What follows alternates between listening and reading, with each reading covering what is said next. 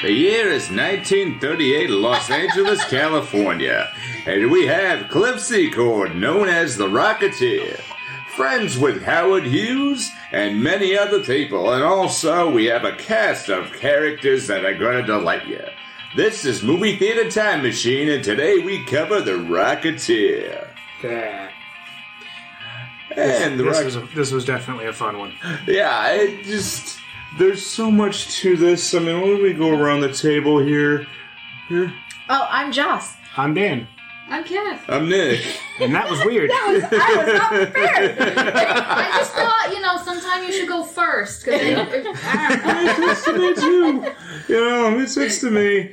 Now, I've seen The Rocketeer. I saw this in theaters.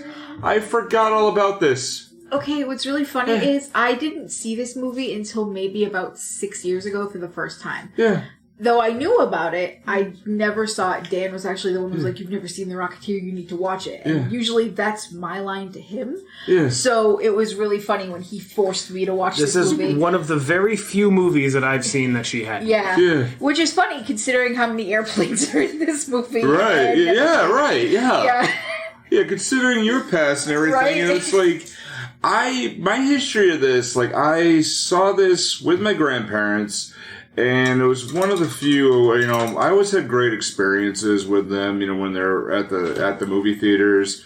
There's always a giant bucket of popcorn, a whole bunch of candy, get the kid a sugar crush, and we'd sleep later. Yeah. So that was just the plan for it, and being that my grandparents had some means, they also kind of tossed any toy that they could possibly get. And I had a rubber Rocketeer doll. And I remember this thing, and I was like, okay, this is cool. And my grandfather's like, hey, you like the Rocketeer movie we saw that one time? Remember that one time we tossed the ball around? Yeah, we tossed the football around that one. We tossed the football around that one time. Yeah, we're going to the Super Bowl. Super Bowl. That's a deep cut.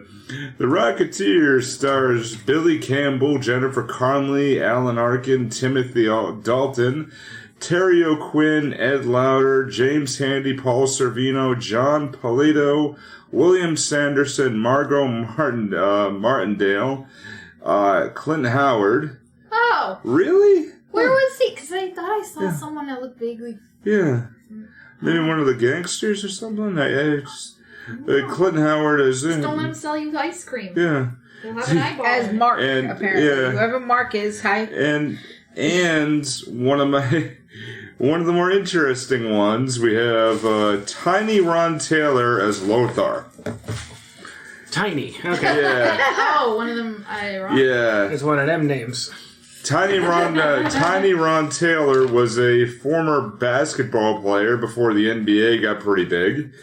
Really retired shortly right around when Michael Jordan was coming up around the 80s. Had a whole bunch of different things. I have read into quite a bit of this movie, folks. This is why I'm into this one.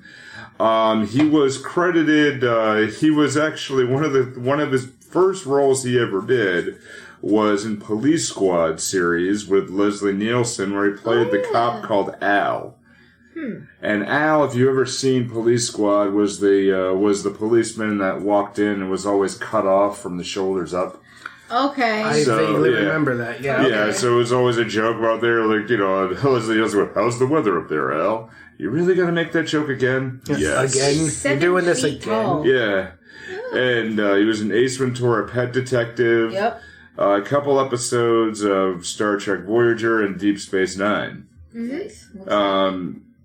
Oh, hey, so, Dick yeah. Warlock was in this. Yeah. One of the world's best men. Absolutely. The makeup job done on Tiny Ron Taylor was actually inspired by an actor called Rondo Hatton at the time, who was really super big at the time the movie takes place. He was a silent actor known for having kind of a semi-grotesque appearances, which is known as the acromegalic feature. Where somebody who just seems like they're a little bit too big for their body and they just keep going. He appeared most notably in the RKO production of The Hunchback of Notre Dame And in the Sherlock movies, in the 9th Sherlock film in particular, the Pearl of Death, and was known as the Hoxton Creeper, or aka the Hoxton Horror. Several others that he had at the time, but that's basically where Tiny's appearance came from. But whenever I saw him in this movie, I kept thinking of one. Are you a Dick Tracy villain? Yep. 2. Years ago, I used to look at Know Your Meme every day in the morning, and there were suddenly a bunch of these Lazy Town memes about this character, Robbie Rotten, that had this weird prosthetic chin thing going on, and I'm just like, oh, shit. See? He's like human Waluigi. Yeah. Your brain went there, and my brain went to, like, this is an episode of the Venture Brothers. That's where my that's You know what? Yeah. Baron Unterbite. Yeah. Yeah, I see yours too. I mean, I remember I got this, and like a quickie story on my side is about the rubber Rocketeer toy that I had. I've told this on the show before. My grandfather's and my grandmother had a trucking company, and they ran trailers for KB Toys. Anything that, quote, fell off the truck or couldn't sell, we got it discounted, and we pretty much got it. And like I said, my dad used to work for KB Toys, so I had the same thing happen. And we had some Rocketeer toys, and they really tried to push this towards really trying to sell toys, but it really didn't do so hot because the Rocketeer is based on an 80s short-lived comic book series that really didn't really do so hot. But Disney brought it up, and it really, really, really feels like they're trying to do their own version of Iron Man. In a different era. That's, a little bit. I said the same thing. Yeah. I basically said he's essentially Iron Man without the outside armor. He's just Iron Man with a helmet. Well, taking it a little further, it's Iron Man in a different era. Yeah. It's Iron Man mixed with Captain America. Is essentially. Which makes sense, because the director of this movie went on to direct Captain America. The first Avenger. Avenger. So, I mean, it fits. Yeah. Yeah, I mean, it's still, to me, this one, like, don't get me wrong, good pick. Good pick. And I mean, for me and my 38-year-old brain trying to go back and, watching this and remembering times when I was 6 years old, I'm like, okay, this feels really, really good. Yep. But, where I'm critiquing it as someone who's done nearly 300 movie reviews on the internet now, yeah. It's okay. As a cinematic kind of thing, it's not amazing. It's kind of paint by numbers. Yeah. If you get down to it, we have much better comic book style stuff now. Oh yeah. But for its time, it really wasn't bad. No. I mean, it's really, Now, I was going to open up originally with, doing a version of Inglourious Bastards, a Tenant Aldo Rain speech. But, hey, one thing and one thing only. Killing Nazis. Inconvenience and Nazis any way I can. Not letting the Nazis have this thing that I found. Yeah. Yeah, they should have had more nitrate exploding. It's like, I found this thing in the thing. I'm gonna put it on. Yeah, right. It's like, Cliff, it'll burn your ass off. No, it won't. This is a Disney movie. We're fine. Right. And I mean, haven't you really, I don't know about either of you, but I've had fantasies in the past of trying to find a jetpack. Oh my god, I wanted to find a GIF. Is it GIF so bad of, remember in The Adventures of Pete and Pete when little Pete orders what he thinks is a rocket pack, and then it turned from a comic book. Yeah. And then it gets a leaf blower, and there's this bad green screen effect of him trying to fly with a leaf blower and falling. And he just makes good on it, too. The entirety of Pete and Pete, Adventures of Pete and Pete, is on YouTube. Nice. It's worth checking out if you look up the Rocketeer, that. RT. Yeah. Strongest man in the world. Even that's funny, even the episode where Artie fights a bowling ball. Oh, yeah. Just for reasons. See, I remember partly through it. I remember very little of that show, except its existence. Yeah. And, was it Petunia? Is Little Pete's tattoo? Yeah. He can make dance? Yeah. We watched and the mom has a metal plate in her head. Yeah, we watched the entirety of the series about a year ago, roughly? I don't know. We had the first 2 seasons on DVD. Yeah. Time is weird in the plague times. Yeah, we sat and watched it. I think it was right around the plague time, really, was the thick of it, where I watched the entirety of it. And honest to God, it holds up. It's really good. It's worth checking out. But this movie here, I mean, a Disney product, there's a lot of things that are really, really interesting. Filming was in 1990 and a little bit of 1991. Yep. Really good lighting effects. There was a budget for a TV series that was based on a film. Yep. That did not pan out, where Campbell wanted to come back and reproduce his role. There was a sequel that was supposed to be coming out here, however, a budget of $35 million, and it made $46 million worldwide. Yep. So it was kind of a. It was not of a flop. It didn't. It wasn't a complete bust, but it didn't do what it didn't Hollywood do what they wants it to do. Well, okay, it came out during the same week, if I read this correctly, with a few blockbusters. Honestly, it came out with what else? Robin Hood, Prince of Thieves, which has its own issues, but that movie made a shit ton of money. Right. City Slickers and Dying Young. Yeah. Okay, right. And it wasn't going to do well during that time. Yeah, so it had UHF. Yeah. Good luck, Yeah, it was not going to. I mean, yes, it's a Disney film. But Disney live action, I believe at that point, wasn't doing as hot as their Disney animated films. Right. Disney was really well known for their animated stuff at that point.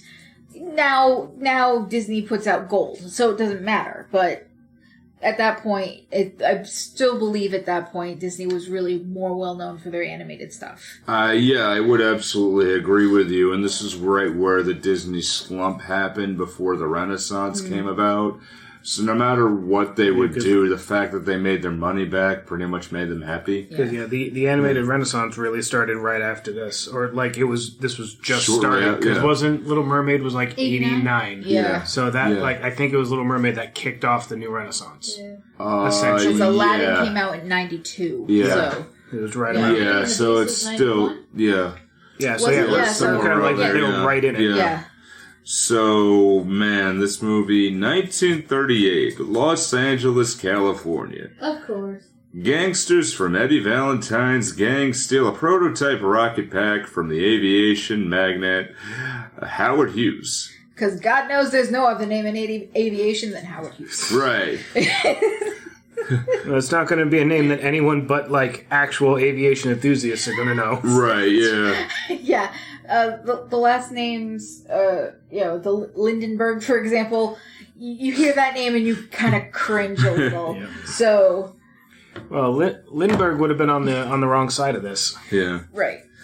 Now, well, I'm thinking baby. Yeah. And Charles Lindbergh was also a fascist. And I know. He was a fascist and he was pro-Nazi. I know. So he would have been on the wrong side of this. Yeah. That's why I said everybody cringes a little bit. Yeah. So the gangsters escape. They get on to escape from pursuing police. The getaway driver hides the rocket pack in an airfield. And a very, very, very unfortunate... I mean, the whole scene where they're flying around and he's in this very, very claustrophobic little plane. I thought this was like one of those kind of wild designs that you see sometimes that never quite made it to production. Never quite made it to production, but this one did. This little squat ass plane that's shorter than my hybrid outside. Yeah. I'm like, how in the hell does this thing even fly? But apparently it did, and it was super maneuverable. But so maneuverable that you could slam yourself into the ground if you sneezed wrong. If you actually look and pay attention as the pilot is actually flying the plane, when it's driving, the person who's actually driving that plane to get it into position to take off, kind of, I don't want to say loses control because that's not true, but the plane kind of weaves back and forth as it's trying to get into position, because it's not a very easily maneuverable plane when it's on the ground. Yeah, what I've seen is it's finicky. Like, on the ground and in the air, it is a finicky aircraft. It can reach incredible speeds for its time, but it is real argumentative. And it was the first of the Super Sportster aircraft, which was built by the Granville brothers of Springfield, Massachusetts. Winning the Thompson Trophy in 1931. However, it soon suffered fatal crashes, breaking the world record speed, but attempted reputation as basically known as the killer plane. So, the plane that it was based on here. So, the first flight was August 22nd, 1931. The last flight was December 5th, 1931. It was bad. And it was still the actual plane that it was built on there, but it's still, I like when he's flying around, and then where the gangsters shoot the gasoline. Yep. And where he has the reason it's a plane. Fuck this guy. Yeah. I'm just like, why are they shooting at the plane? Yeah. They just he's like, shoot the cops, shoot the FBI. Oh, there's a plane. Let me shoot the plane. Then go back to the FBI. Because you don't know if the police had an attack plane or something. It's a big fucking yellow plane. He was freaking out. If you were hanging out the back of one of these cars, like trying to Tommy gun a bunch of FBI agents, you'd be a little on edge too. Either way, he hits the plane a couple of times, and bad things start to happen. Yeah. Like, oh, this is great. This is going to go ahead and relaunch your career. Everything is fine. Fuck. Everything was great, and then but the scene where Billy Campbell is punching the window out just to see, and then the oil goes in his face. Right into his face. Like no.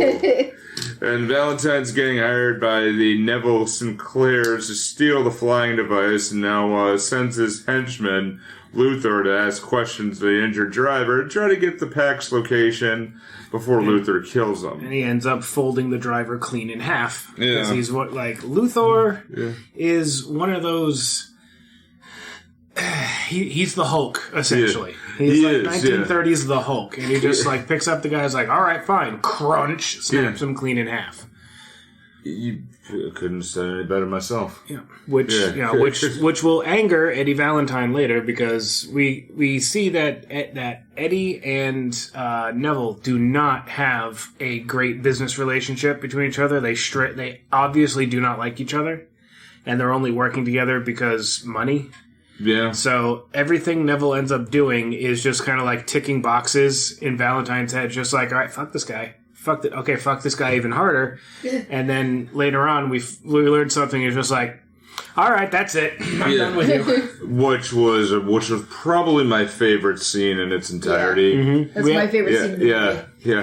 It's a straight up almost Joker moment, because that actually happened in the Batman comics at one point. Well, it was an amalgam thing when Marvel and DC crossed over. Yeah. And Joker was working with the Red Skull, and when he found out the Red Skull was legitimately actually a Nazi and it wasn't some kind of put upon gag, Joker turned on Red Skull and worked with Batman and whoever else to bring the Red Skull in. It's I may be a psychotic murdering scumbag, but I'm an American psychotic murdering scumbag. I don't work with Nazis, I have standards. Yeah. Oh man. I hate Nazis. Oh yeah. I hate because you're a decent person. Because I'm a decent human being, and the history's all there, folks. Yeah. Right. There was an entire war about it. Everybody showed up. Yeah, everybody showed up, and yeah, everybody was there. Nazis are the bad guys. It's always okay to punch Nazis, kids. Are we the baddies? Are we the baddies? Yes. As much as I like Skull and Crossbones, just the design of it, it's the Nazis made it look real bad for a while. Yeah, true. What about pirates? See, pirates, it was actually kind of cool, and then the Nazis kind of co-opted it for all of their shit. Just guys, come on. Although, pirates did bad things too, but not that bad, I don't think. No.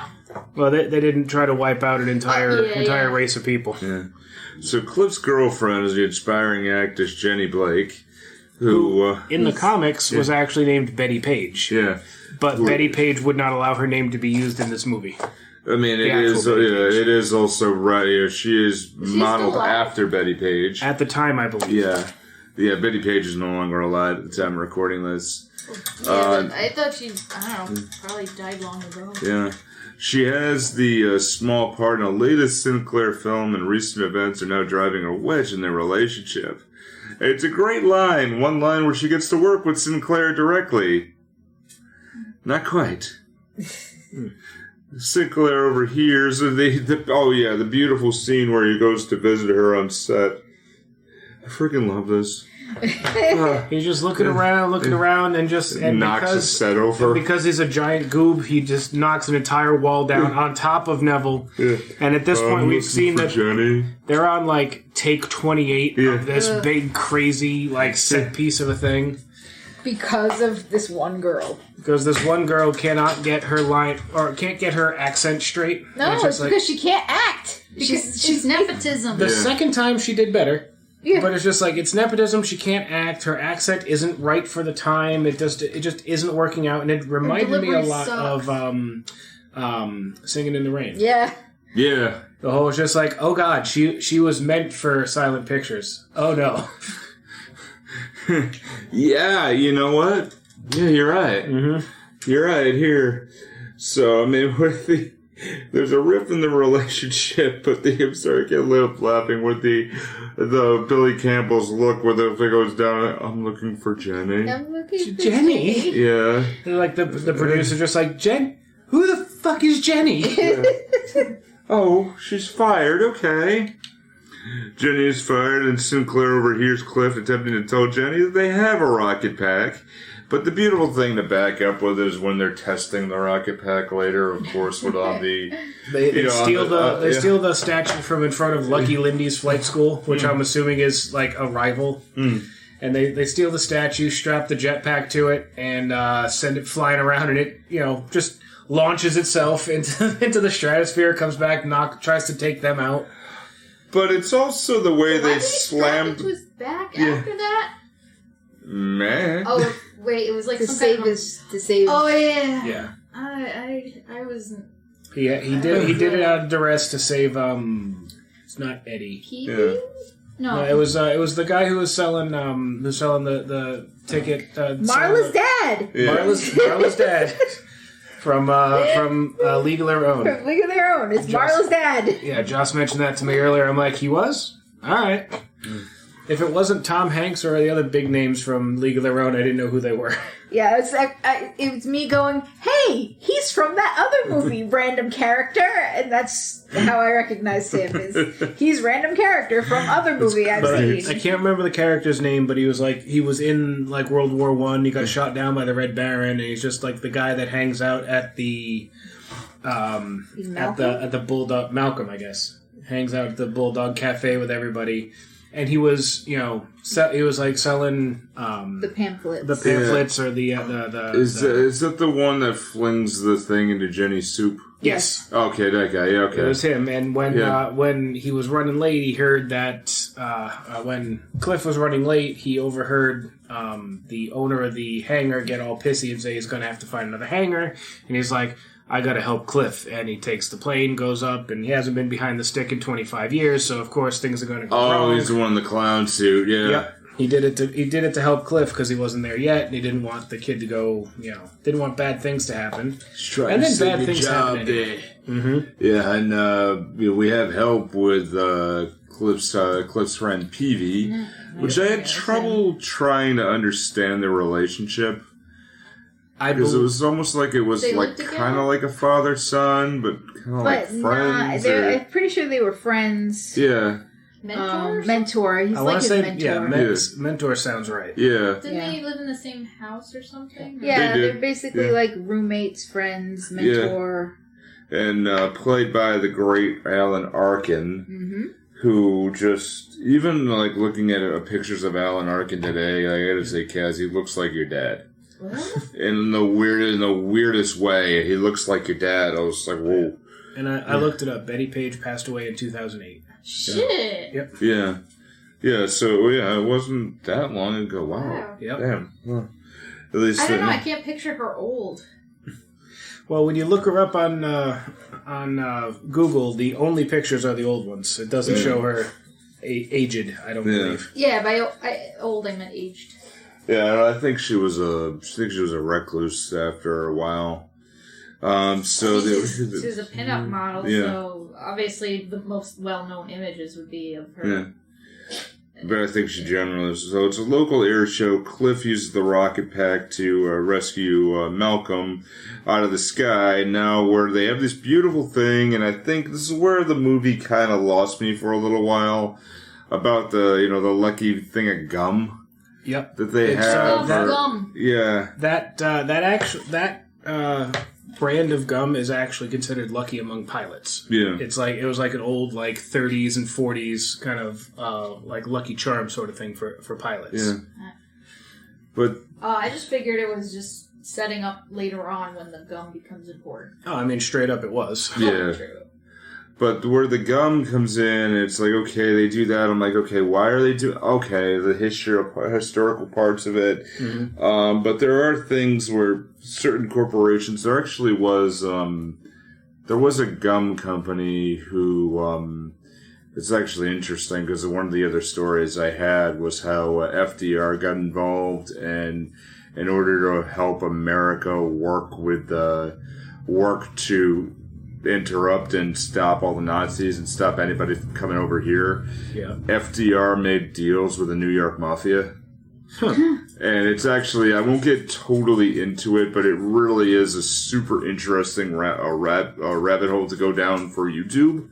Because if you hear about how they did it, how he basically, and there's also involved FDR's secret train that he had, supposedly from the White House down to the Waldorf Astoria in New York. And there's... Isn't that real? Yeah, and it's proven that there was something on a secret track, but it's plausible that it was FDR. Just to hide himself from many other things, including the national press. Oh, I thought it was in case of a nuclear explosion. It's like a literal underground railroad. Yeah. But it also was because he was the governor of New York, because he had a lot of meetings there, but he didn't want to have the press show him in a wheelchair. But he also made deals with the New York mob to also have clear any harbor, but it also truck supplies out of New York Harbor. Hey, Gina. Yeah. No, it's very anti-mob, I guess. So it went to, to be able to clear out the New York Harbor to send their own supplies to the troops in Europe. And it's really an interesting, super interesting read. It's like a good working with the enemy. Yeah. My enemy's enemy is whatever. The enemy of my enemy is my friend. Yeah, we get that towards the end of this movie too. Yeah. It's the whole. It's like, okay, we're on the same side right now, but after this, it gets difficult. Yeah. Things get difficult. Yeah. And when the rocket pack is now everybody sees the rocket pack, and a beautiful thing with green screen. The green screen, but not only with the announcer, and don't worry, everybody, it's part of the show. All part of the show, right until the gas truck explodes. It's like it's all part of the show. I'm trying to remember who this actor was because I can see him, and I know the character's name is Bigelow. Beyond that, I don't know. Hold on, I actually have this up. John Leguizamo? What? No. What? Polito. John Polito. Yeah. He has since passed away. But he's... So is Paul Sorvino from... very recently, too, at the time of recording this. Extremely, only a few weeks ago. John Polito, who... he's been in, so many things. Yeah. Yeah. Oh, no, he's in The Crow? Yep. The Crow, I do remember him from... Big Lebowski as well. Okay. You really tied the room together. Yeah. Yeah, poor Paul Sorvino. Oh, goddamn. Made a gangster look good. Oh, yeah. Here, so where were we? So everybody knows about the rocket pack. They're going to go take it home, but everybody has got to be very, very careful with it. A beautiful thing where he wants to give the rocket pack back, but he's like, no, we just need to, do some more shows to get the money. Borrow it just for a little while longer. The plane. Yeah. But if you borrow it long enough, that's stealing. I'll give it back, I swear. We'll give it back eventually. Yeah. Sinclair sends Lothar to go to Peavy and Cliff's house after they find it. So they're close to figuring out who it is because he wears the same jacket and pretty much the same clothes the entire movie. Mm-hmm. Oh, is that I mean, the whole movie the whole movie seems to take place over the course of maybe 3 days. Yeah. Like the entire plot for the Nazis just kind of comes apart real quick. Yeah. Well, it's the Nazis. Nazis are stupid and it's very easy to unravel it. But I feel like you couldn't make much substance out of this because of there's not much going on. There's not much potential for. Yeah. Well, of course that's ironic because didn't you say? Aren't they making like a sequel or remake? They're working on like a remake of it. Well, there's more. I guess there's more to do with the plot in the comic, definitely, than there is in the movie. Yeah. Like in the comic, for example, the Rocketeer ends up fighting Nazis. Yeah. He ends up going into the war. Yeah, that's the kind of shit I want to see. I want to see superhero crap. Yeah, he ends up doing superhero crap in the war. And part of, I guess, what the sequel is supposed to be on Disney Plus is a Tuskegee Airman. Or Airman, I should say, who takes over the role. Yeah, something that having to do with the Cold War after this, because it's years after. Because Cliff goes missing in World War II. Yeah, and I think you got a point there. Like, it's super close to the 50th anniversary of Pearl Harbor at the time, and and ramping up to the 50th anniversary of many, many different things with World War II. Yeah. So you had a lot of veterans at the time who were ready to celebrate and ready to show off a lot of this. So I think what happened was two things. Disney was definitely banking on a sequel. Mm-hmm. Where they didn't need to show too much about it, so it's like, okay, they, jingle the keys in front of the veterans, and they'll send all their grandkids out, and then also, banking on the nostalgia, which is something Disney didn't perfect until now.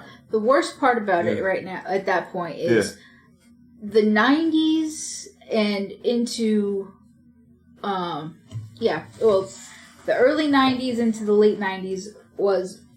Beyond Desert Storm, anyway, it was mostly peacetime. Right. And during peacetime, nobody wants to think about war. No. And so when you come out with a movie like this, where it's on the cusp of getting into the nitty-gritty of World War II, nobody wants to think about it. Yeah. Nobody wants to think about a time like that, even if some of the, you're going to celebrate 50 years of passing and celebrate the veterans and everything. You don't want to think about the harder stuff. You got a point too, because I think at that time, I wasn't conscious of this as much, but I don't think people were very much like God bless the veterans as much as they are now. Right. Doesn't it depend on the period of time? Obviously. Right after Vietnam, no. But I think I don't think it was that hostile in the 90s. Yeah, but I think it was a stretch from the Vietnam era all the way down until pretty much 9/11. I don't think everybody was really like... I remember a Colin Quinn joke on Saturday Night Live when he was talking about the fact that in order to go into the Army, you had to have a high school diploma, and because not many people were volunteering, they were considering waving it away. So it was like, his joke was, we're looking for a few, all right, dumbass, just get in the truck. Yeah. And people were losing their minds over that situation, but now it's just like, all right, no, you need to have all this because we're going to train you up. Yeah. Train you up for it. But I think... You're right, Kaz. I mean, there wasn't a lot there, but I think this movie really, like... It wasn't like, oh boy, glorious battle. They kind of... Some of the critics who talked about this movie kind of painted it off as the gee whiz sort of type of movie that this was. It wasn't jumping into the hardcore part of it. It was part of the... the lighter times. Yeah. It reminded me of those Disney live-action flops of, like, the 60s. I haven't seen many of them, but I've... Yes. Yeah. The 60s Disney flops, I've seen a lot of them. They're reviewed a few. Oh, yeah. They're Cat from Outer Space. Yeah. Cat from Outer Space, The Shaggy Dog, Computer Wore Tennis Shoes, I've seen those. I've seen those. They are... They seem like dated products of it. They are. Like and a little too... I don't want to say squeaky clean. But they are very squeaky clean. Yeah. Not that there's anything wrong with it. There's nothing wrong with it. It's just seems like they lack substance. Or there's the conflict. The conflict in it isn't something that's going to make you sit at the edge of your seat and go, "Oh my God, is there something that's going to happen?" It's just you're sitting back. Right. I don't ask me the plot because I'm not going to be able to tell you because I don't remember it. Yeah. I remember the names. I remember the fact that Kurt Russell is the computer that wore the tennis shoes. I vaguely remember that his brain turns into a computer. Yeah. I don't remember what the accident was that caused it, or any of the other people or the rest of the plot of it. Yeah. I just remember that it's him and that he turns into the computer, but he's still human. That's it. That's all I remember of that plot. Honestly, I mean, you got me on that one. But that's it. That's all I remember of the movie because there's no major conflict. Yeah, it felt very much like an Andy Griffith episode. Yeah. Very much. That would have more conflict. Yeah. Oh, yeah, but it's still, still, like, you'd watch it and then you kind of go past, it's like, okay, and it's... I get just has too much beef in her fridge because she went cheap instead of... Yeah, and I get also, like, why this is like a turn your brain off and have some fun type movie. Yeah. But I just keep thinking, why should I care? I don't care about anything. There's nothing that makes me give a shit about anybody. Because you don't find out about the Nazi stuff until about 2/3 of the way through the movie. Well, when I saw, when they're at the theater and I was like, the Zeppelin that was going to visit the U.S., I'm just like, oh man, is that Hindenburg? Did that happen? That was the Hindenburg. Oh, yeah. So I'm like, the Hindenburg actually made a few flights back and forth before the inevitable horribleness that happened. Yeah. But yeah, that I'm pretty sure that newsreel was of the actual Hindenburg when it did one of its actual landings that didn't end up in a fireball. Mm-hmm. Dang. But it's just sometimes I mention dramatic a theory of storytelling, which is about writing things that make an argument. So there is no characters that seem to have any back and forth about a personal issue or anything. It's just other than him and Jenny having a difference of what they value in a relationship, essentially. But that doesn't go anywhere. Not really, because they don't actually fight about it. Exactly. She just gets upset about it and runs away. He's too dumb to actually follow her without somebody else telling him to go follow her. It's much more of a pulpy kind of just actiony adventure sort of thing. It's like it's not meant to have a super deep narrative to it. It doesn't have to be, but it lacks even a basic. Okay, he's the main character, but he doesn't have, say, a personal issue to overcome. Except his 90s ass hair. Yeah. And because there's no... There is conflict, but it's extremely light. It's just purely external. There's no internal conflict in a complete story that you will remember that makes some kind of point or impact is going to have both an external conflict and an internal conflict. And this just has a bunch of external crap. And, so I just don't give a shit. I can't put myself in his shoes. Yeah. And I think the biggest one, is when, Jenny gets kidnapped by Sinclair.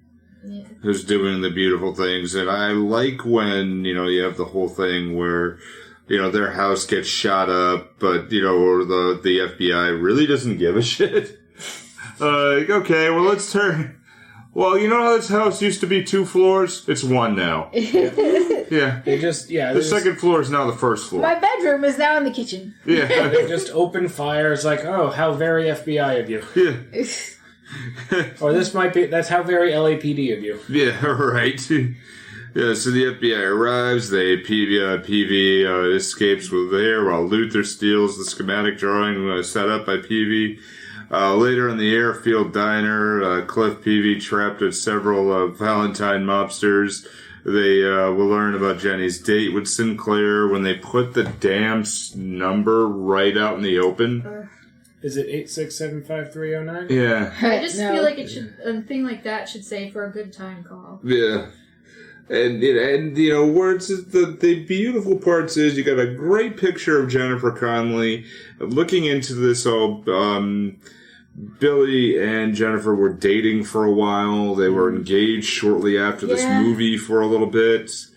They were together for like 6 years. Yeah. They fizzled after a while. So you wouldn't be able to tell they had any chemistry by watching them on screen. Right? Yeah. But that's the truth. Sometimes that happens. Like, your chemistry off camera does not always, reflect well on camera. And that's the truth. I just assumed they just didn't have chemistry. The fact that they were dating off screen did not reflect well.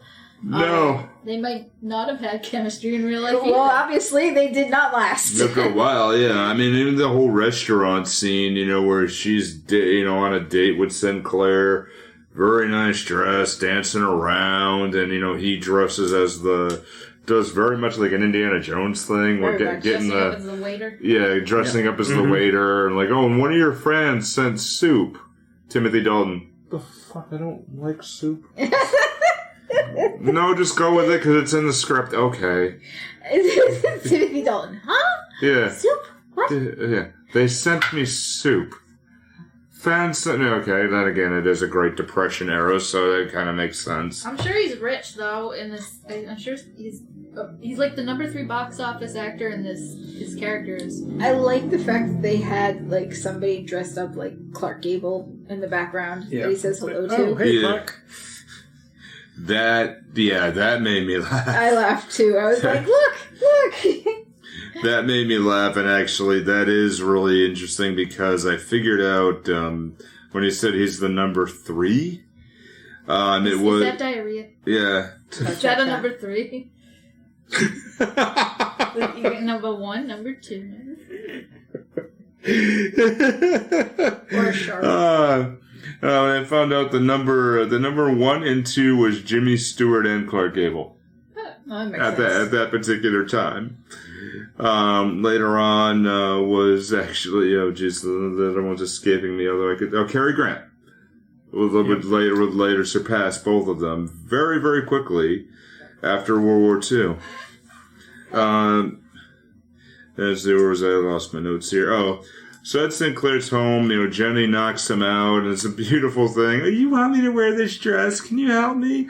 Okay, because guys are stupid, even if they're Nazis. Mm-hmm. Oh, I gotta help her with the dress. The pretty lady. Oh, no. Yeah. I just like the whole, I finally get to act a scene with... That was a good line. Yeah, that was a good line. And they discover that he's a German spy.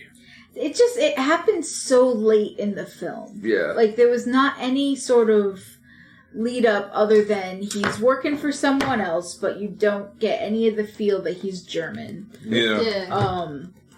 Apparently there was a scene at one point where he actually uses a genuine Enigma machine to send a code to Berlin at some point in the film, but they cut it. They shouldn't have. They should have left it in. It would have been good for the audience. They had I don't want I don't think it was salvaged, but the movie had gotten their hands on an actual Enigma machine, which is awesome. The coding device used back then to send it out.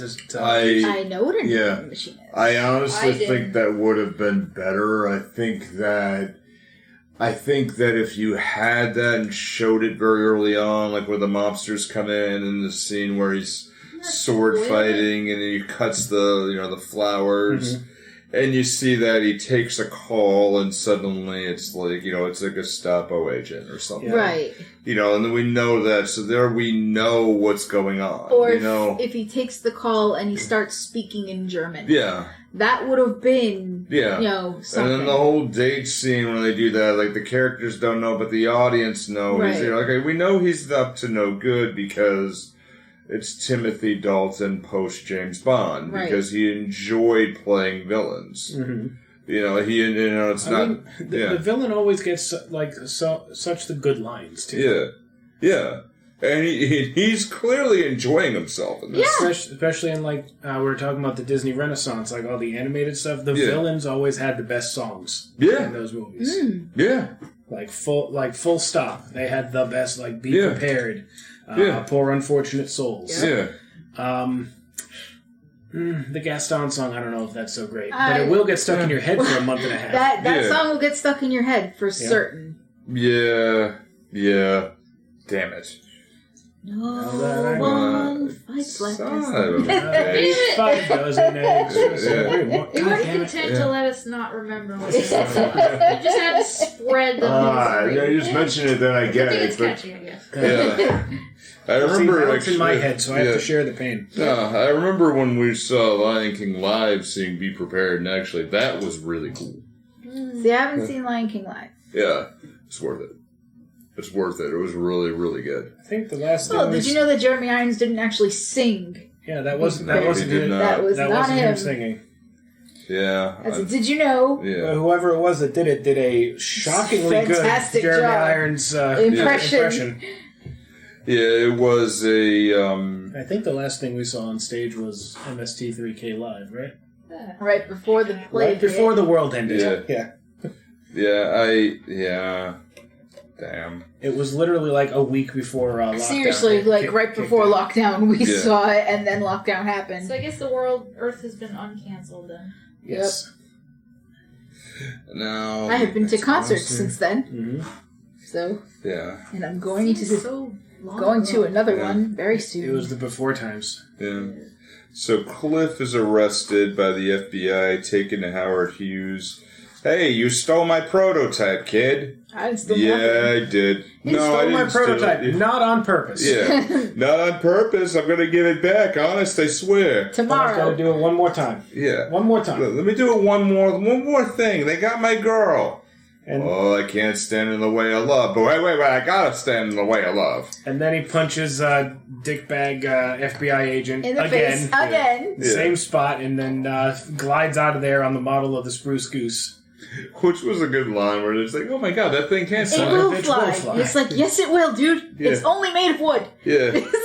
See, I'm just... It's still an airplane. Yeah. It's only made of wood. It's fine. So I just remember the version of that showed up in the Tailspin TV show, the Spruce Moose, and it was basically a cruise liner with wings. I know what you're talking about. Spruce Goose, Mr. Burns. See, you think that? I think Yogi Bear. Yeah. Because there was a Hanna-Barbera cartoon called The Spruce Goose about an aircraft.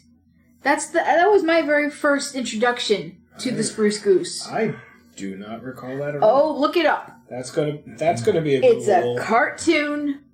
I watched it over and over and over and over again. It was my first introduction to Howard Hughes. I was a little kid. Yeah. And then I want to say maybe it was probably about 10 years ago now. There's a TV show called Leverage. Great show. Everybody should watch it. They did an episode with Cary Ells about the Spruce Goose because his character wanted to steal it. Huh. Yes, it's a great episode. So did it ever fly? Was it a real thing? The Spruce Goose is a real thing. It has never flown. It is, I believe, in the Metropolitan Museum in DC, possibly, or the Museum of Aviation. It's in one of them, but it does exist. People, I believe, they occasionally allow people to view it. Not always, but I believe occasionally they do. So what's the deal with that? Like, it's made of wood. Okay. It's never been flown. I don't. Was he was crazy and pissing in bottles and wearing. Yeah, he was. He wearing tissue boxes on his not feet? always, but yeah. He eventually became that way. He was in love with Katharine Hepburn for a while. Yeah. I don't know that much about Howard Hughes, but I know a little bit. He basically was one of the founding fathers of aviation. Yeah. Borderline insane. And I mean, there was also, I believe there was an Anthony Hopkins movie that depicted... and no Leonardo DiCaprio played him. Yeah. Oh, yeah. Yeah, it did a very, very, very good job. Yeah, I've seen that one. Yeah, I heard playing Howard Hughes aggravated Leonardo DiCaprio's OCD pretty bad. He did, yeah. Well, yeah, Leonardo DiCaprio is also very method. He is very method. He's also kind of creepy. Yeah. Oh, yeah. He doesn't date anybody over 25. Yeah. He's getting older. But they can hate the artist and not hate the art. That's true. But still, I mean, would it kill people to just be both? Yeah. Good in, make good art and be a good person? I strive for that. It would be nice occasionally. But anyway, that's not the movie we watched. So there's a film that Howard Hughes shows people to say, look, this is why we're doing this, and gives a little bit of background that we've been kind of waiting for. And it's animated. Yeah. I just wanted to see one of those Disney ones with they're showing of an animated movie where they have Third Reich soldiers with jetpacks flying and crashing into the U.S. and the U.S. is burning. So I did a little digging, and I found that this was an actual experiment that the Nazis tried to do. Fuck. And failed miserably. They tried a lot of weird shit. Yeah, so one of the things they tried to do, and it was actually partly depicted in a lost script of Hogan's Heroes, which Kaz and I watched that pretty much almost every episode. I have no idea. Yeah, or quite a bit of them, but basically they had the idea to put the jetpacks in, and they wanted to have Third Reich soldiers go from Germany to land in Britain. You'll burn your butt So off. they would, don't get too far ahead of me. So basically what happened was they found these, and it was like, it's going to look like flies, and it's going to scare the British Royal Air Force. The Royal Air Force looked at it, but the problem was that the fuselages would give out when it's at their peak, and what they didn't take into account, just being a pilot's daughter, could probably think of one thing they didn't account for. The rudder? Yeah. Freezing at a high altitude. Oh, yeah. Okay, the Iron Man problem. Yeah. The icing problem. Yeah. So it would freeze, and then the Reich soldiers would look at it. So basically, there are stories of the Royal Air Force watching these people fly up and then just drop. And one of the Royal Air Force soldiers writing in his diary is like, well, the poor blokes the poor blokes rode up. They dropped down. I looked at my friend and said, did we win? I just love that story alone. It's like, it's like, yes, this is going to be the greatest thing. And I really wanted to see this because this was a lost script and never filmed in Hogan's Heroes. I wanted to see this be a Hogan's Heroes plot. It's like because goddamn, that show was hilarious. Imagine if Hogan had a... It's like the scene, I think, in Iron Man 2, where it shows Justin Hammer trying to do the same suit, and the thing like swings around and breaks the dude's neck. It's like, that test pilot survived. Yeah. I'd like to point out he lived. He lived. So Cliff realizes that, when they talk about it, saying they have intelligence that he's employing, Nazi spies are employing in Hollywood, employing Valentine's gang, they realize Sinclair's been the one who's doing all this. So when Hughes and the FBI demand for the return of the rocket pack, Cliff escapes.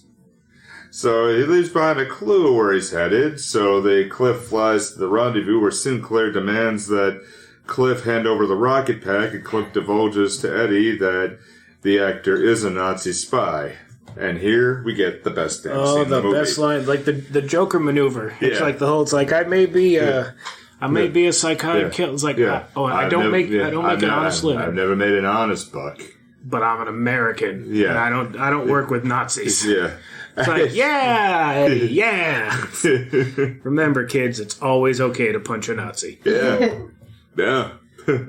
You're the Isn't there a viral video recently of like some Nazi at a Trump rally and somebody just goes and cold cocks him or something? You're thinking Richard Spencer. Yeah. And it wasn't recent, but it's still a great video to watch. He's like trying to do some interview with like Stormfront or something like that. Just bam! Just poof! And just like pops him right in the jaw, because Richard Spencer was one of the first people who fucked up that, the shaved sides and long on top. Yeah. He was one of the first assholes to really kind of turn that into a Nazi symbol.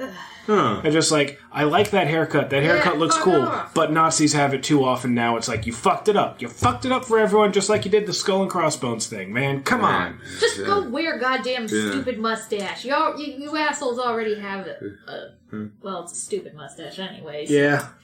You can have it. No one else wants it. Yeah, except for Charlie Chaplin impersonators.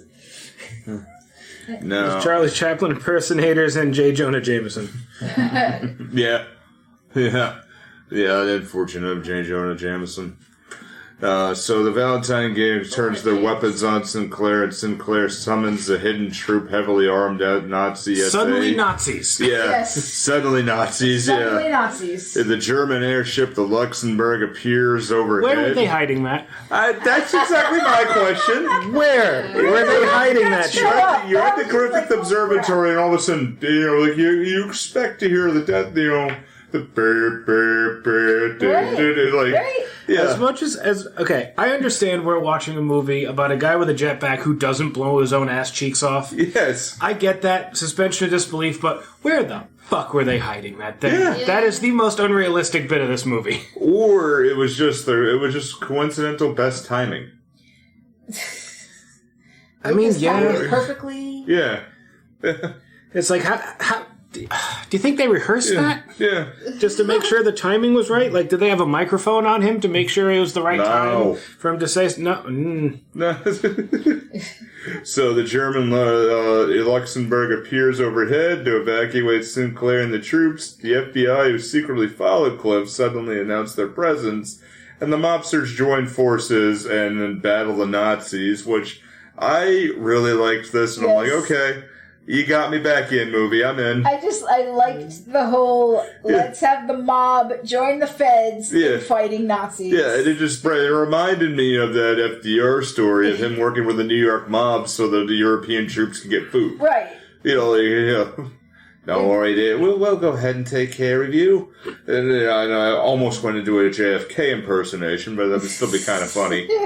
Why don't we just go ahead and do that so our boys can get food? Punch a Nazi. Changing channels. Yeah.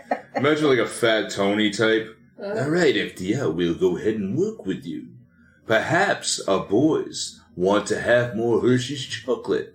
I don't care. Okay, we'll put that on the truck too. Why, are you supposed to put it on a boat? Whatever.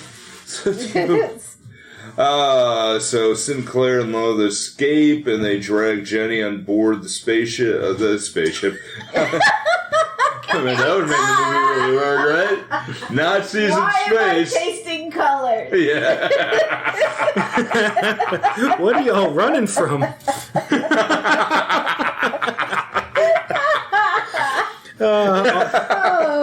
Off mic jokes, I love it.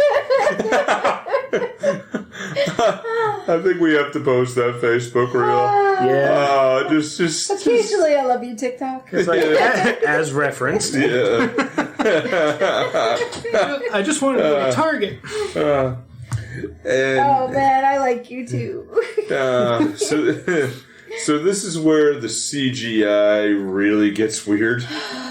But my God, it's interesting. 1991. 1991. I know it's 1991. And certain times I can forgive it, and certain times I can't. Yeah, where you watch it's like, okay, he's on top back of the Luxembourg, and then, disables the ability for it to turn right away. I'm like, okay, we got that, I'm in, and then suddenly he's flying in. I'm like, wait a minute, what happened here? And Jenny accidentally starts a fire with a flare gun. Whoops-a-doodle. Why are you firing a flare gun inside the Luxembourg? The fact that she's actually doing something is great because she straight up damseled a bit too much in this movie. I agree with you. What's his face? She had a couple of moments, but most of it was her being yanked around by the arm going, oh! And that annoyed the piss out of me. Yeah. Honestly. Because she was, she stood her ground a little bit with Cliff with the whole, you don't support my acting, where I'm supposed to support your stunt flying. And she was being stubborn about that, which is fine. It's like, I'm supposed to, bend to your will all the time, but you don't take my, what I want to do seriously. Which is like, okay, that's fair. You know what? That's part of being in a relationship, is you're supposed to compromise. Both of you are supposed to compromise for each other. Yeah. Right. But, that's what it is. It's like, there's some give and take. It's not one person always, bowing to the other.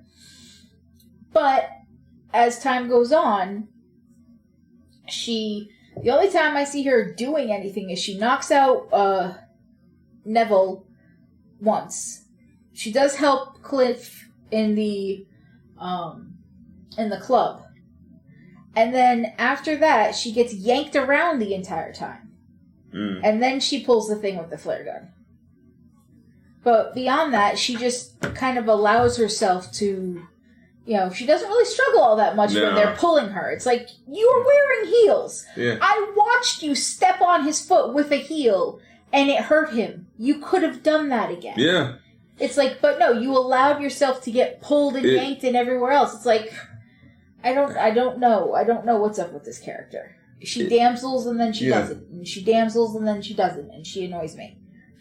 At least against Timothy Dalton, it does kind of have a little bit of damsel you forget, because Timothy Dalton is just having way too much fun. Yeah, definitely. He is. So it's like, there's the balance for it, especially the point where he dies, where the fuel leak on the jetpack, and he takes the gum off a little bit.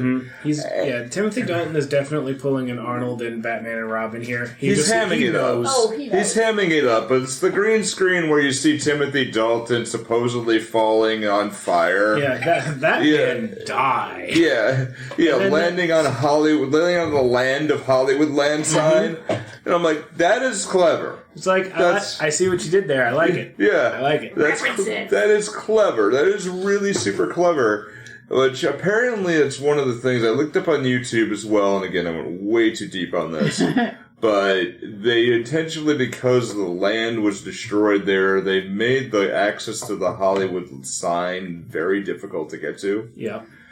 Like, if you follow the paths around there to try to get it, like, it takes, there's a lot of misdirects. Mm-hmm. And especially because a lot of places film right near there, so I think that's the reason why, but there's a lot of misdirects to get to that sign. Maybe they should pick a different setting sometime for a movie. Well, they actually, that comes into play in the game GTA 5 as well. Yeah. Like, trying to get, it's like, they call it Vineland in that, but it's the same idea. Yeah. Trying to get to those signs, there are so many different turn-offs that will throw you right off and put you right back to the regular road. Yeah. Like, actually getting to the sign is a little difficult. Unless you're in a plane, then you can parachute down, but if you're in a car trying to get there, there's so many different paths, it'll throw you right off. Yeah.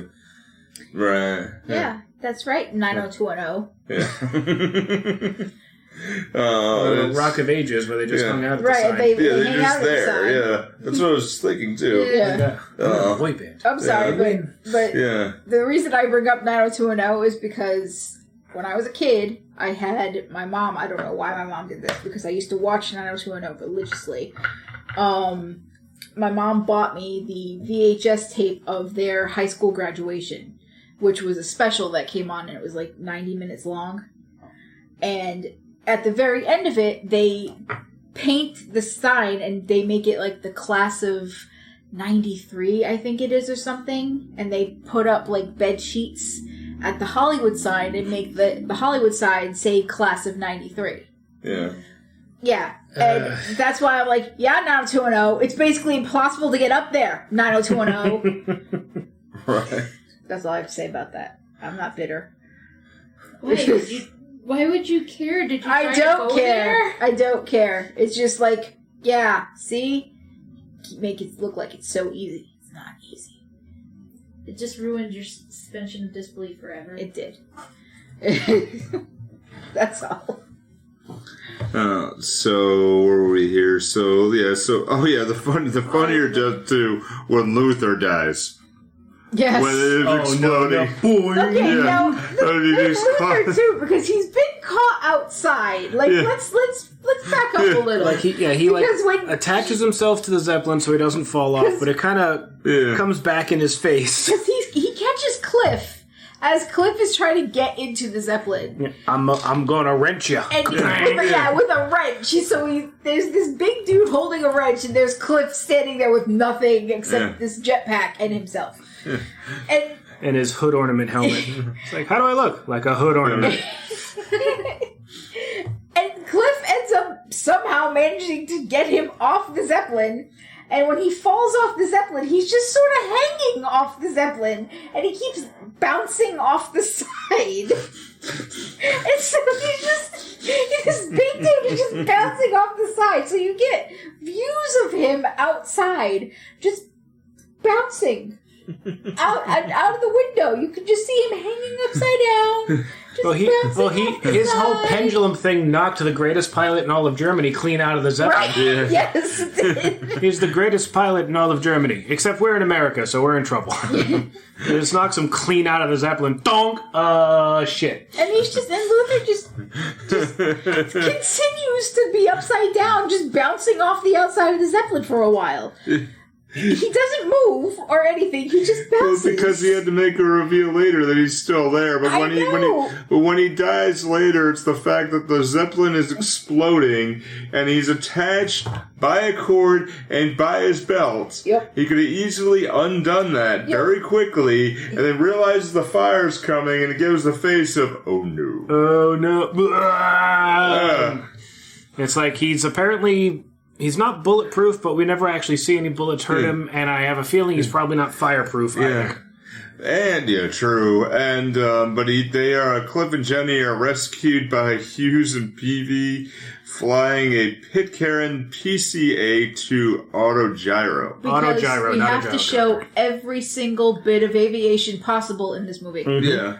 It's aviation for? Yeah, yes, it really is. And I think this is where I was showing that they were really banking on some veteran nostalgia. I think they were. At this point, like, okay, they'll get their kids or get their grandkids to come in and see this movie. I can bet that's probably why my grandfather shelled out the money.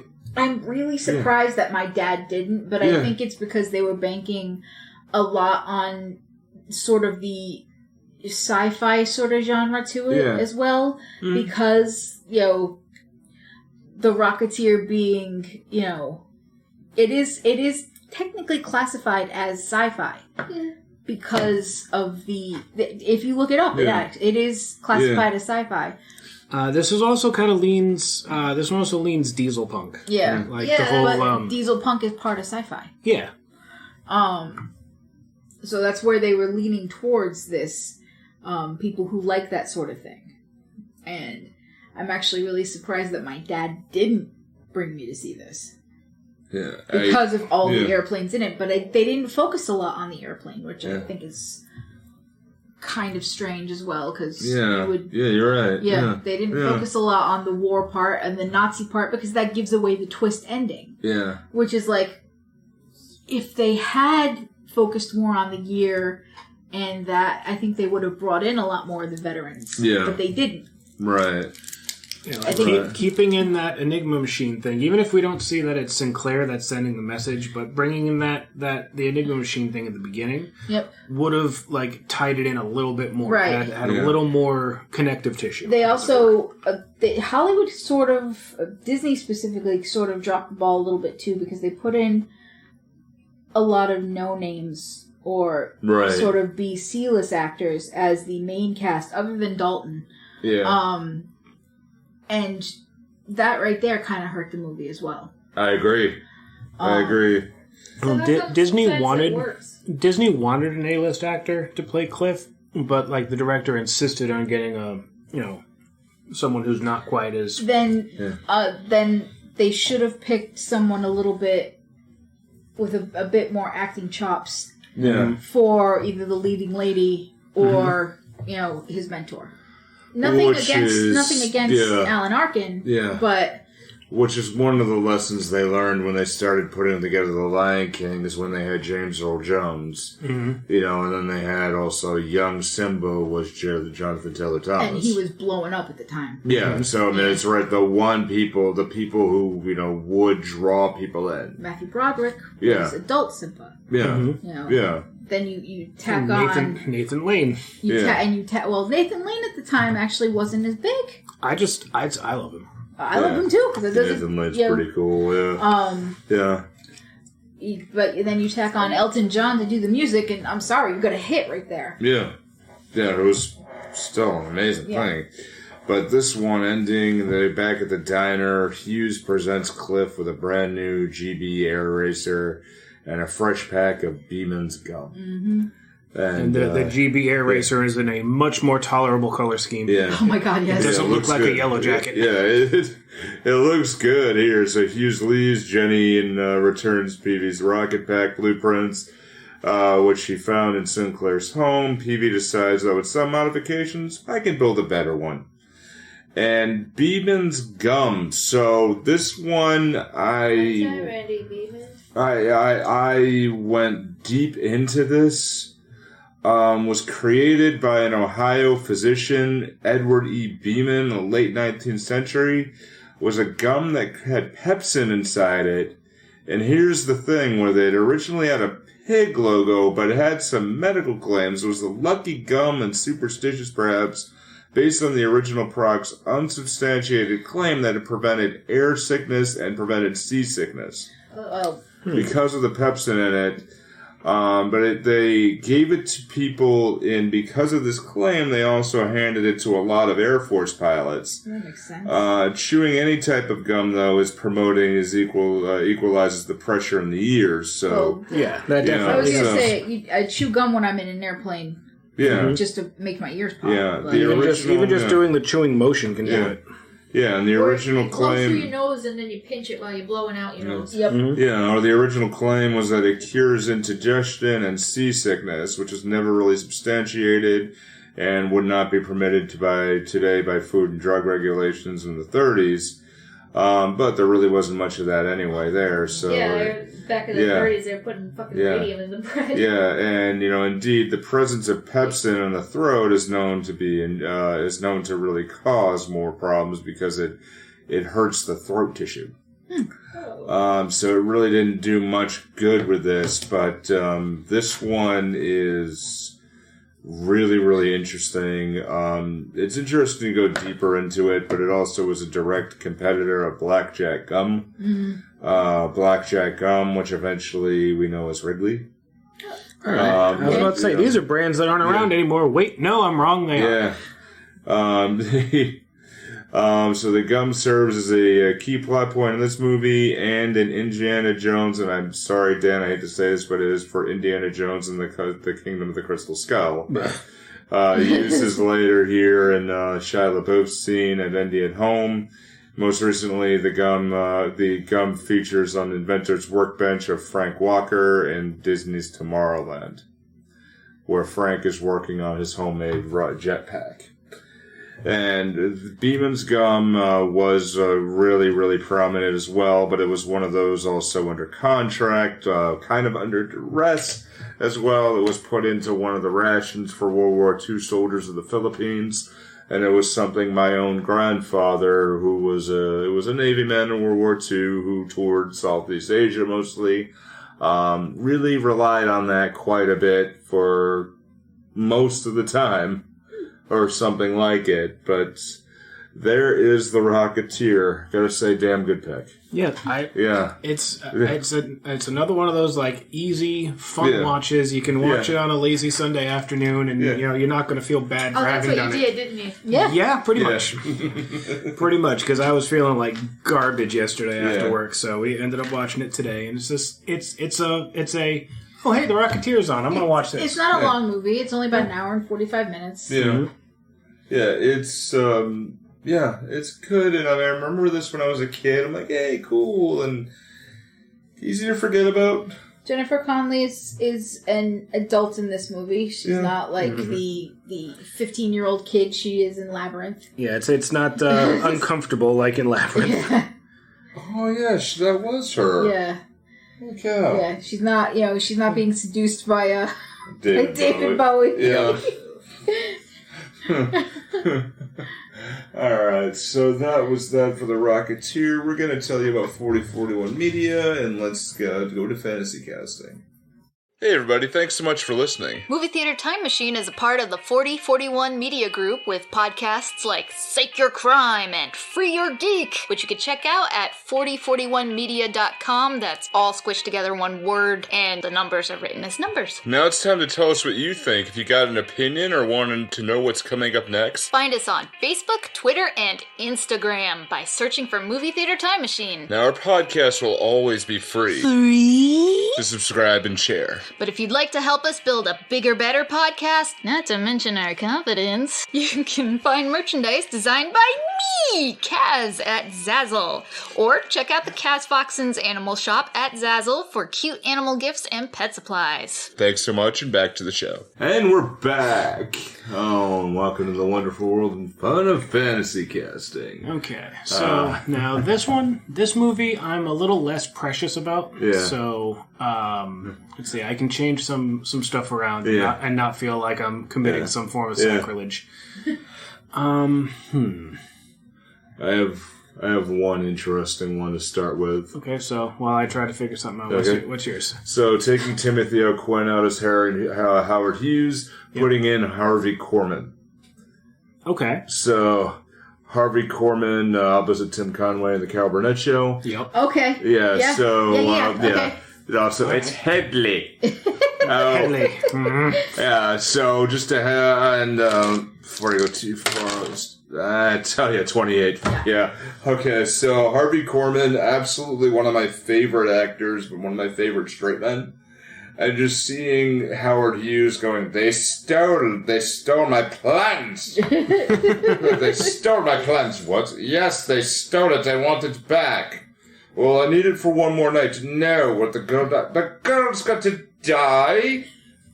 No. No, you can't. I don't care. Yeah, I don't care what really happens. Give me my... Oh, it can fly. They're just genuinely absent-minded. It reminds me of History of the World where he played Piss Boy. Yes. Mel Brooks, Piss Boy! Yes, or he covered as Piss Boy, but he was Count de Money. Still great. There's mine to start. I have a few more. Count the money? Yeah. Count the money. Yeah. God damn, that's a great movie. Oh, so good. It's such a funny movie. Okay, so been trying to puzzle out where to put our patron saint in there. I think he could work in Paul Sorvino's role. Yes. Let him be Eddie Valentine. Yes, yes. And say, one of my boys, he got folded in half. Yeah. You see. Oh, 19. Come on. God, that's even worse. 17. All right.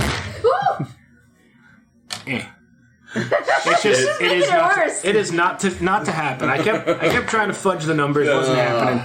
It doesn't tolerate cheating. I might not make an honest buck, but I'm an American. I'm an American. You. It would actually kind of be more funny if he was Luther. Yeah. Yeah. Does he have a watch up his butt? Is that how American he is? I just think it would be funny if he was Luther, because he wouldn't actually talk. He would just stand there and gawk. Yeah. Nope. Nope. The dice don't like that either. Okay, so mine that I have... where is the rocket? Kind of what Kaz and I came up with last night, or the other night when we were watching this. Taking Billy Campbell out, putting in Tom Hanks. Oh, God. And what year, Tom Hanks? Why did you include me in this? Because I had no idea. Because of the joke we made for this. No, his girlfriend is Jenny. Oh! Yeah. Oh, we made that joke too. Yeah. It's Forrest Gump is the Rocketeer. Yeah. I've never seen the whole movie, so I can't really make any jokes. But just to disregard the number, I went ahead. I had to go in and get the rocket, and I looked like a hood ornament again. Then I had to save the clown from falling out in the sky, so I went ahead and did that. I had to go and save the clown again. Again. PV was a good friend of mine. And then he just influences history by his rocket. Yeah. He's just kind of there. He's like, he's just bumbling through history. No, but that's just it. But I had this one line in my head. Well, the Luxembourg was coming along there. I had to take them out. Why? Mama said they bad, man. I mean, yeah. Mama said they bad. We took care of that, but they got my Jenny. Forrest Gump is an incredible movie. It is. It is a very good movie. It's one of those at some point I know we've had requests for that for years. Oh, really? Come up every now and then. Probably gonna have to do a Tom Hanks movie. Yeah, then. every now and then it comes up like, can you do Forrest Gump? And Forrest Gump, there's a lot to unpack. That's a heavy ass movie. It might have to be two separate episodes. I was gonna say that would have to be a two-parter. Yeah, it might have to be two separate episodes, like when we did It's a Mad, Mad, Mad, Mad World. Sorry, I was spacing out. What movie? Forrest Gump. Oh yeah, that's a heavy ass movie. There's a lot to unpack. It would have to be a 2-part episode because we'd be here for like 4 hours. Yeah. I know that for certain. Yeah. There's just so much involved in that. Yeah, I mean, I've seen the movie at least a dozen times. Yeah. I know he's seen it more than that. Yeah, like I don't have to see it. I can still quote it front to back. Yeah. Me too. I'm the only person who's never seen it. I watched it with you. I think you fell asleep partway through. I think it was back in college, though. It can be a long watch. Yeah. So like if your mind starts to wander, I get it. You probably have to watch it in 2 parts. It's in chunks. It's like when we did Gone with the Wind. Yeah. And we did that one. Like I had to stop because it's like 4 hours long. That's a 4-hour movie. Though. Yeah, I had to stop. But I remember at the end of recording that, it was like intermission. Yeah, at the end of recording that episode, though, I lost my voice for a day. Jesus. I was talking so much, and I was like, no, I can't do this. Also a 2-parter. Yeah. Was it? Did we record both episodes? Or was it an extra? Maybe it was just an extra long. I don't freaking know anymore. Yeah, it was just a long ass episode. And that's in that really, really, really hot studio we used to record in. Yeah. Well, yeah. Before the naked guy showed up. I was about to say, with that picture. Yeah, with that, yeah. Yeah. Weird if you don't have a visual, but then again, you don't really want to. The visual doesn't really help. No. Let's be honest. The visual doesn't really help. At all. We already described it in a previous episode. Yeah, yeah. All right. Anybody got anything else? Not really. I just wanted to sing Rocket Man. Yeah. And then that makes me think of William Shatner singing quote unquote. Rocket Man. Burning out the fuse. Out there. And then there's the double screen of him. Yeah. Because I've seen that. Have you actually seen that? Yeah. I have. You should watch it. It's on YouTube. Yeah. It's a thing. It's a thing. It exists. It does exist. He's on stage talk singing, and it's very much 70s. As much as I have issues with William Shatner now, because he's really an unpleasant person when you get down to his politics and such. His album Has Been was actually good. Yeah. It was the same one where he had a duet with Henry Rollins. Here's the deal. Again, with the, enjoy the art, you don't have to enjoy the artist. Some of the stuff that he has done is highly amusing. Yeah. I take Mr. Tambourine Man is funny as hell. God. I take Mr. Tambourine Man! Yes. I take great comfort in the fact that James Kirk would beat the living shit out of William Shatner just on principle. He did a lot of funny things with like Terry Bradshaw and the Fonz why is his name escaping me right now? I cannot. George Foreman. Yeah. That was a really funny show. I can't remember the name of the show for the life of me right now, but it was a really funny show. They went to Asia. They traveled to Asia. The four of them traveled to Asia together. And it's basically four old dudes in Asia, and it's wicked funny. And oh god, it's so funny. All right, no, I'm in. Check it out. Yeah, Seriously, check it out. I can't remember it. It's four idiots being brutally American in other countries. Four idiots being brutally American in other countries with a tour guide who is also American, but he's a young guy, and they take such advantage of him, and he is so done with their shit by episode 2. So done with their shit. And I can't remember, I think Henry Winkler is the only one who's doing what he can to keep up with the customs. And Terry Bradshaw's like, I'm a white American, yeah! And I'm gonna do what I can! No, but he's like, I'm gonna do what I can! And, George Foreman is just like, where the fuck am I? I'm confused. Is your name George too? Like Terry Bradshaw on that one is just like, I'm a white American and I accept that. I'm trying. Yeah, he's trying. And you have William Shatner who is just like, how did I get myself into this? How the fuck do I know these people? And it's a very funny show. So just watch it. It's really good. Every time you mention Henry Winkler, I just remember the first anime convention I went to. Oh god, us nerds terrified poor Henry Winkler because he was coming into the. I don't know. It wasn't the first. It wasn't the first, but I believe it was 2011, and I'm just sitting in the lobby of the Sheraton. And I'm watching. It's just cosplayers everywhere. And I'm not dressed up. I'm just in regular clothes, but I got my badge on, and I'm people watching. And I watch Henry Winkler walk into the Sheraton. And he takes a look around, and he looks at all of these people in costumes.